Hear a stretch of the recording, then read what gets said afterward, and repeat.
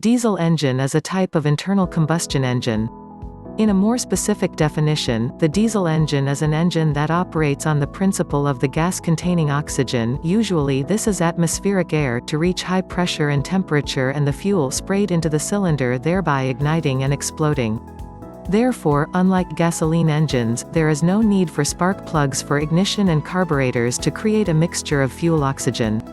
This process, which was discovered by German engineer Rudolf Diesel in 1892 and later patented on February 23, 1893, is known as the diesel cycle. The inventor of the engine aimed to build a coal-powered engine to reduce the oil dependence of Germany, which has large coal deposits. However, ash caused by the burning of coal dust caused great problems, and later it was designed to use different fuels in the engine.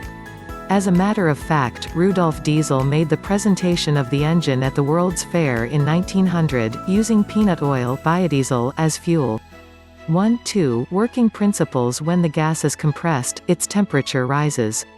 In the diesel engine, fuel is ignited spontaneously due to this feature of the gas.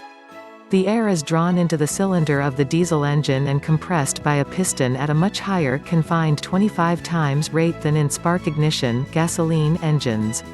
The air temperature reaches 500 to 700 degrees Celsius. At the top of the piston movement, diesel fuel is sprayed into the combustion chamber by passing through the atomizer nozzle with high pressure, where it mixes with hot and high pressure air.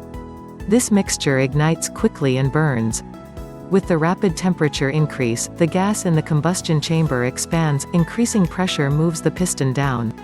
This thrust, which is formed by the connecting rod piston arm, is transmitted to the crankshaft and a torque is obtained from the crankshaft. In engine sweeping, exhaust gas is thrown out of the cylinder and fresh air is drawn through valve or inlet and outlet ducts.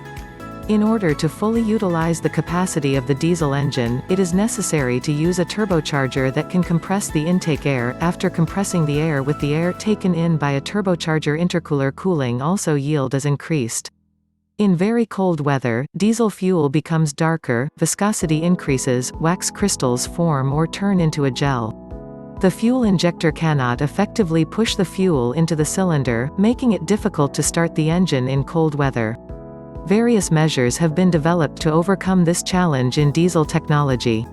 A frequently used applications, fuel lines and fuel filter electrically heating is. In some engines, small electric heaters called glow plugs in the cylinder preheat the cylinders to start. In another technology used in a small number of engines, the resistance wire heaters in the manifold heat the inlet air until the engine reaches operating temperature. In cold weather, engine block heaters, which are used when the engine is turned off for a long time, more than 1 hour, and are used with city draft, are often used to reduce wear and start time.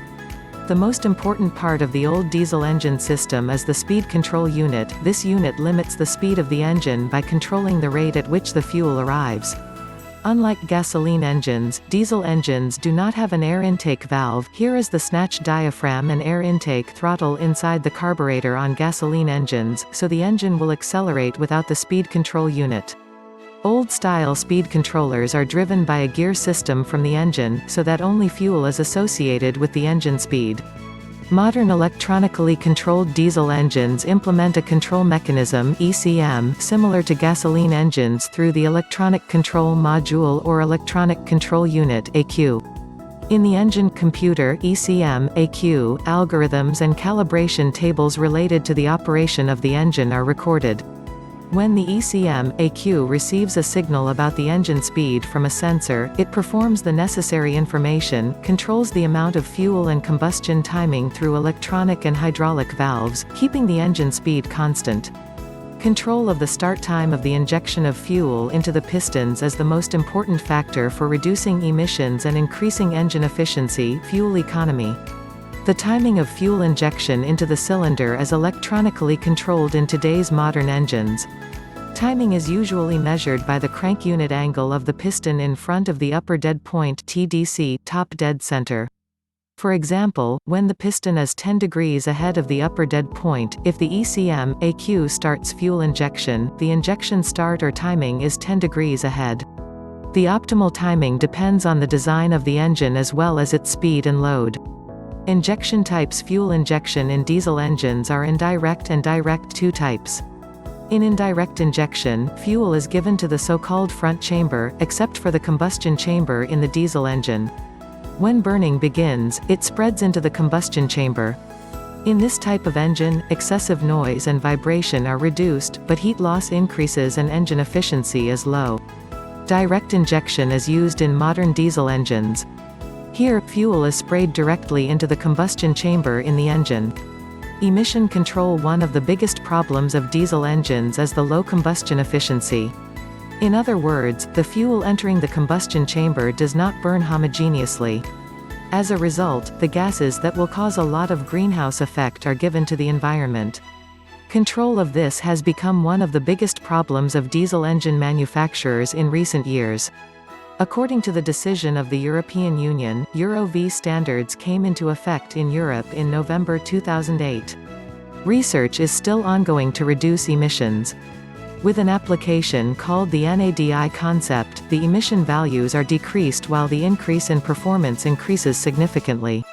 With this application, the injection angles are reduced and the formation of gases that will affect global warming is reduced to a certain extent.